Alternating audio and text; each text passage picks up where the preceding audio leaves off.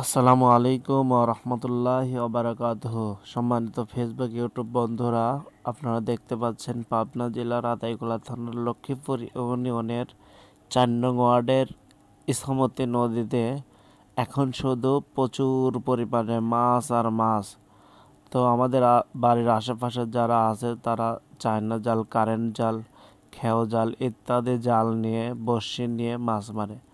আমি সলাতুল আসরের নামাজ আদায় করে একটু ফ্রি সময় পাইলাম এবং সময়টাও আবহাওয়াটাও অনেক সুন্দর, মনোমুগ্ধকর আবহাওয়াটাও উপভোগ করলাম এবং চেয়ার নিয়ে মাছও মারতেছি।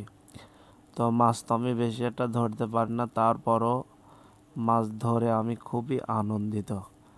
আমার ভাইস্তি হুসাইন মাছটা খুলতেছে। মোটামুটি এখন যে পরিমাণে ইছামতি নদীতে মাছ হয়েছে, যেটা কখনো এখন আর ছেঁচা সম্ভব না। মাছ কিন্তু এখন প্রচুর পরিমাণে হবেই। তো সবাই ভালো থাকবেন, সুস্থ থাকবেন এবং যারা দেশ ও দেশের বাইরেতে থেকে দেখছেন তারা আসবেন এবং এসে মাছ মেরে একটা আনন্দ উপভোগ করবেন। সবার সুস্থতা কামনা করে এখানে শেষ করছি। আসসালামু আলাইকুম ওয়া রাহমাতুল্লাহি ওয়া বারাকাতুহু।